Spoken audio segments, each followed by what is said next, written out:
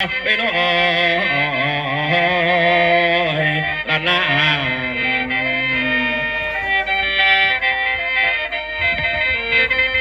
โอ้ยบ้านนี้ฟังเอาถอนหมอรับก่อนสิได้รอนไม่ได้พ่อแม่ดีฟังมาได้หัวพี่น้องลุงป่าผู้สุขคนคนวันนี้บ่มอมดอกกี่แม่ความตายความสลายของชีวิตบ่เที่ยงทำนอไปได้เอ็นมีทั้งหัวมีทั้งให้มีทั้งไปเอ็นมีทั้งอยู่โอ้ยนอนโอ้ยมันมีหลายเรื่องแม่ตู่สังขารนี้บ่เที่ยงตรงสังขารนี้บ่มอมดอกมีเหี่ยวมียานมีการเจ็บการตายดอกโมคนเท่านี้ตายเป็นผีไปแล้วเหลือความดีถ้าคิดฮอดผู้ใดยังก็หัก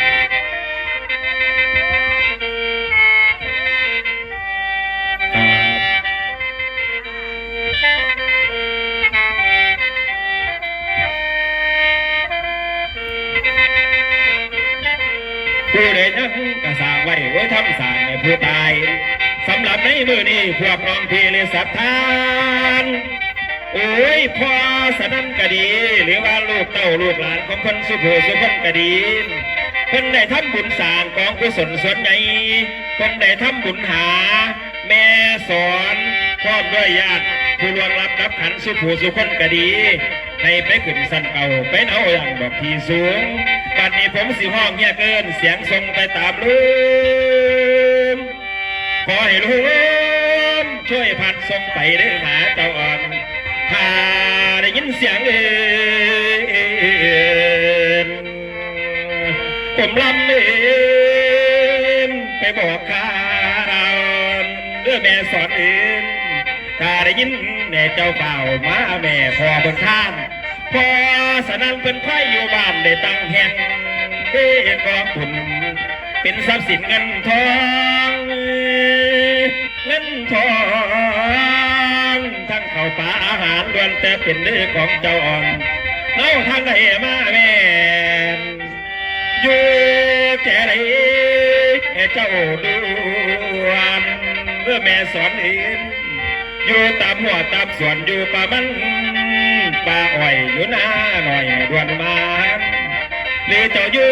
ป่าซามีแนวผูกจับไปอยู่ใกล้ๆให้มาถึงพอเป็นท่านวัดนี้มารับกันรับเขามารับเอาได้ของแจกของพวกญาติพี่น้องเกี่ยมพร้อมผู้สุนเฮวมาสิคุณแม่สอนนี่พร้อมด้วยทั้งเก่าดวงวิญญาณ10ดวงวิญญาณนี่ถ้าได้ยินเสียงเอิ่นเชิญเอาดวงวิญญาณเจ้าทั้ง10ดวงวิญญาณจากผู้ข่าวลูกไส้หลาหมอลำเชิญเอาลงหน่อยเคียงคำเชิญเอาลงมาลาประกองคุณกองกุศลขอให้มาลาประกองคุณกองกุศลเด้อแม่สอนน้ำทีมมาเด้อมาเอาบุญเอากุศลน้ำลูกน้ำเต่าน้ำสามีของเจ้าญาติพี่น้องของเจ้ามือนี่มาตุ่มมาห้อมกัน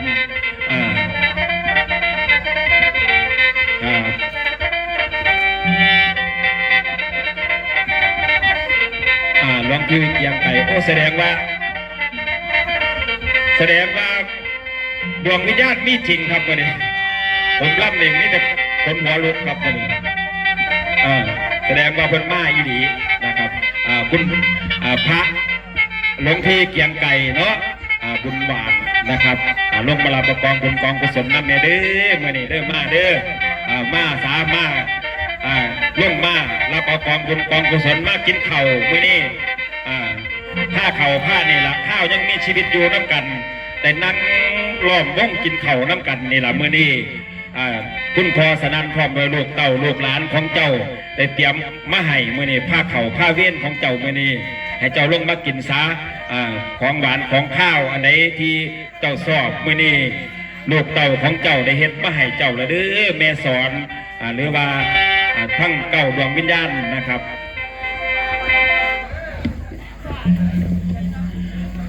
มาแล้ว ไปพี่น้องผมเอินว่าบ่ทันมา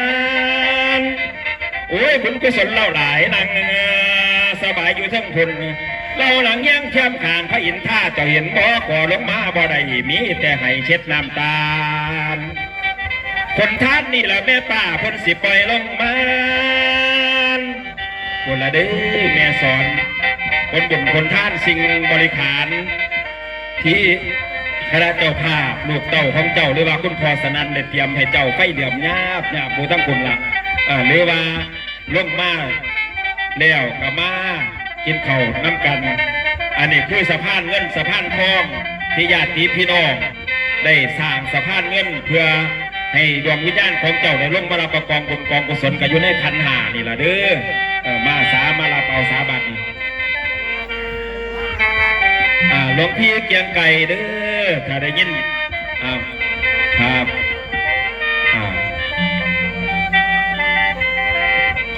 ขออัญเชิญนะครับดวงวิญญาณของหลวงพี่เกียงไก่บุญหวานนะครับลูกชายของคุณแม่สอนบุญหวานนะครับ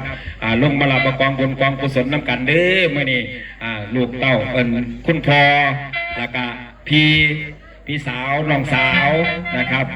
ได้เฮ็ดบุญเฮ็ดท่านไปหาทรงถลาไปให้ขอให้ผลบุญผลท่านนี่ไปหอดไปถึงทั้งสองดวงวิญญาณนี่แล้วก็ญาติพี่น้องก็มารับเอาน้ำกันเด้อเมื่อนี้เป็นบุญใหญ่นะครับนั่นที่ปีหนลูกเต้าบ้านไก่มาตุ่มมาโฮมกันพี่น้องบ้านไก่นะครับได้มาหากันเมื่อนี้ถือว่าเป็นบุญใหญ่ของตระกูลบุญหวานบ่นะครับก็ขอให้รับรู้รับทราบผลท่านนี่แหละแม่ป้าเพิ่นสิปล่อยลงมาวันนี้พ่อเฮาไปกวดหน้าวันนี้ลูกสิได้ส่งดวงวิญญาณเด้อบัดเพิ่นมาเอาบุญเพิ่นมาเอากองบุญแล้ววันนี้เอากวดเอานั่นกวดบุญก็ได้ครับอันนี้เอาไว้นะครับมันเปิดยากมันไม่ยังกับพ่อเปิดกวดเลยใส่เนี่ยครับบ่ต้องเที่ยใส่เก่าด้วยครับพ่อโอ้ยผมลืมตัวนี้เดี๋ยวนะพ่อทูบเทียนสั่นแล้วมันเฝ้าไหลสั่นละทูบเทียนไม่ได้จุดเอาขอไฟนะครับผู้ใดมีไฟครับไฟแช็กมีบ่ครับผู้ใดมีไฟแช็กเอามาดื้อกันเฝ้าไหลมาล่ำกันลวงเสียละ